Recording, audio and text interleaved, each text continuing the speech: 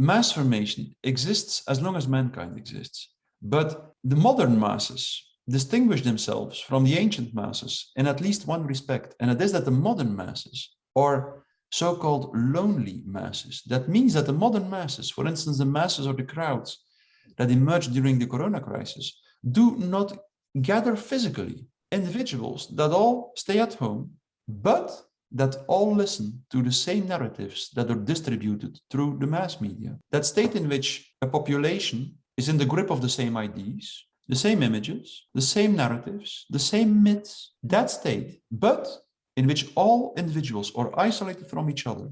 This is the typical state of a lonely mass, and this is the perfect condition in which people are sensitive for propaganda and for narratives distributed through the mass media.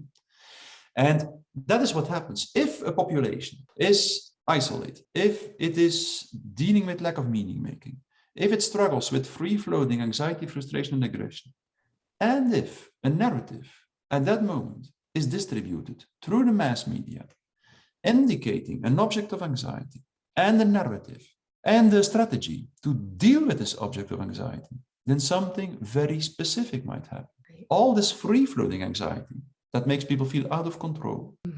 Yeah, it might all connect to this object of anxiety indicated in the narrative that is distributed through the mass media.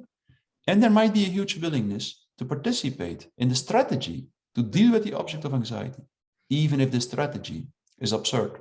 That's the first step of every mass formation, whether we are talking about the Crusades or about the witch hunts or about the French Revolution or about the emergence of Nazi Germany or the Soviet Union or the Corona crisis. We always see the first step is the dissemination of a narrative distributed through the mass media, indicating an object of anxiety and providing a strategy to deal with the object of anxiety.